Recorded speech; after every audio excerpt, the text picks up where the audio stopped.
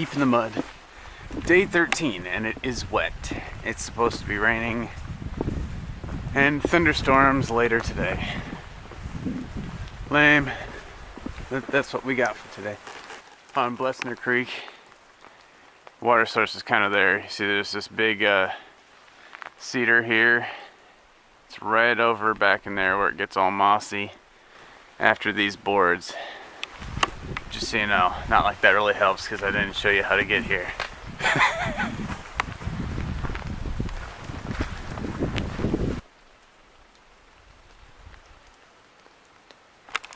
Apparently there's also a sign if you go a little bit more south, if you're northbound.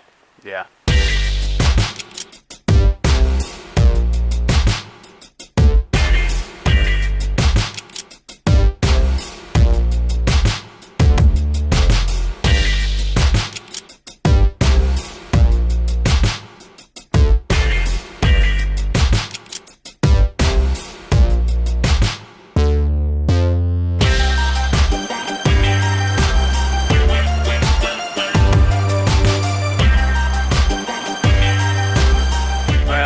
I'm guessing there used to be some sort of shelter here or something. Probably got taken out by that tree. Oh, here we are. Old trapper cabin. It's gone now.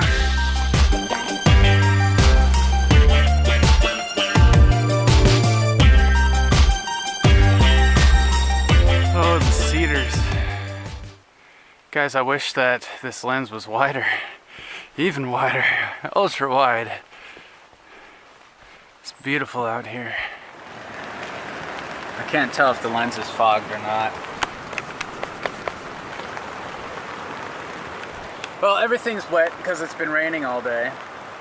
I actually tried to get a ride from a trailhead back to Cascade so I could go to my car. Because, you know, the water filter's crapping out, the pack is not wanting to sit properly, my shoes suck and they're hurting my feet. One of my toes is actually pretty bruised.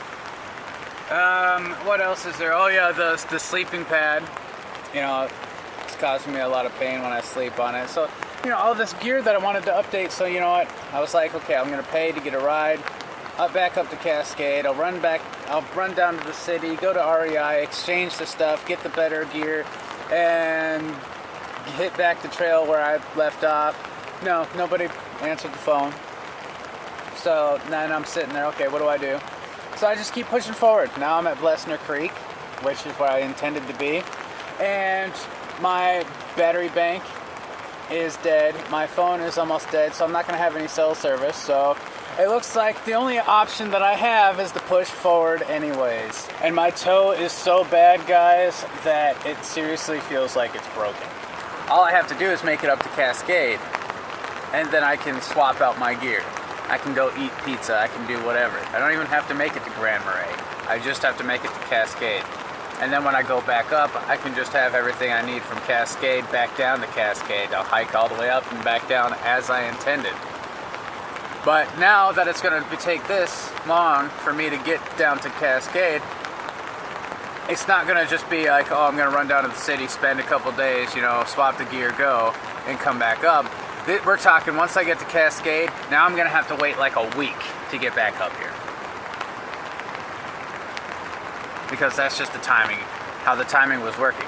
That's why I wanted to get a ride out today, so I could do it and go. Because if I leave the days from now that I get to Cascade, then I'm gonna have to stay. Because I got other things that I will have to do down there if I'm down there during that time. I could get away with it if I left today, but I can't now, so it's ridiculous. It's whatever. So pretty much this is where I'm at. I'm surrounded by water. There's a creek there, a raging creek, and then there's a raging river over here. We got the Baptism River, and we got Blesener Creek. And I'm surrounded by all this water. Hopefully it doesn't get any higher. Now, do you see the inconvenience of having to boil your water?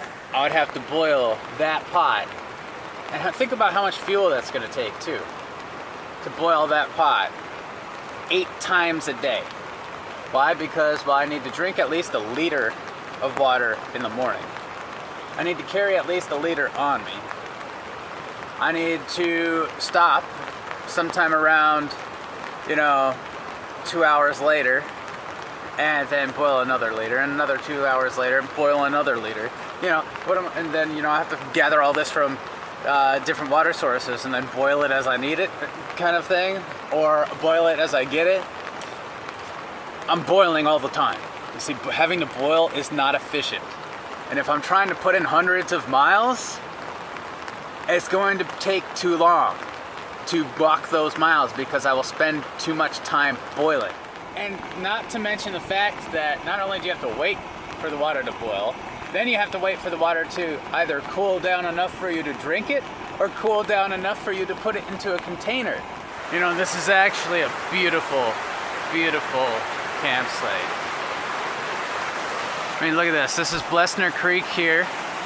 It's a little bridge over there, and that's where the trail goes through. We come up through here. We've got cedar, and this is an old growth forest. So we've got some ancient cedar out here. I don't know about that bench, to be honest. Maybe the water's not usually up that high. Someone's made campsite saws for out here. I want to make one of those. They did a pretty good job on that. As you can see, this is a nice cedar right here. And then here's a downed cedar. You can see all the roots, but it's growing over, and it's still alive in these branches which are coming up all the way. And then of course we have the Baptism River. This is the East Branch. And over here, this is where the creek comes into the river, right here.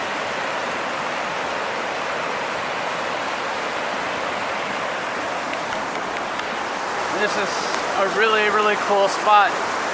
I like it almost as much as the other Beaver River campsite. I think I'm gonna have to come back out to this one. There's a lot of roots around. I mean, especially look at this spot. There's just so much potential at this campsite. I'm loving it.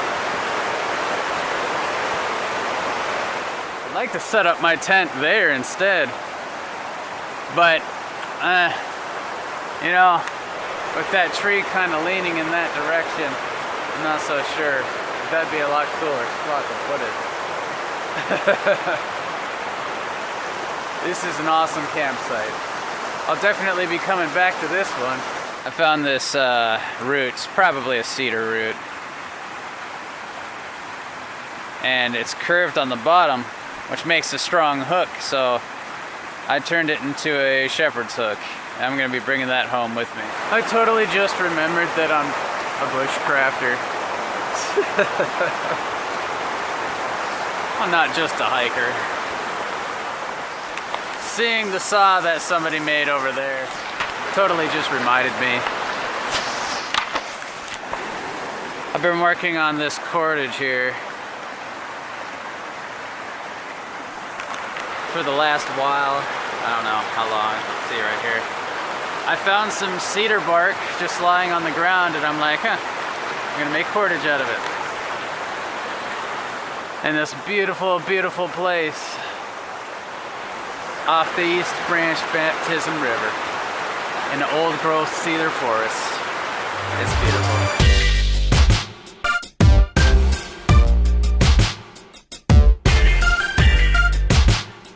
Alright guys, well, I'm going to bed. I just drank my boiled water. Tasted like dishwater because I still had some food scraps in there, but hey, whatever.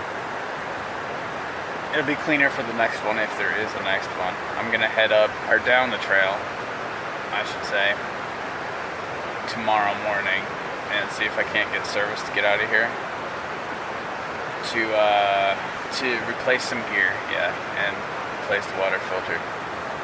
I'm gonna come back out here and then finish the hike, because I mean, that's what this has all been about, the hike, you know, get it out there.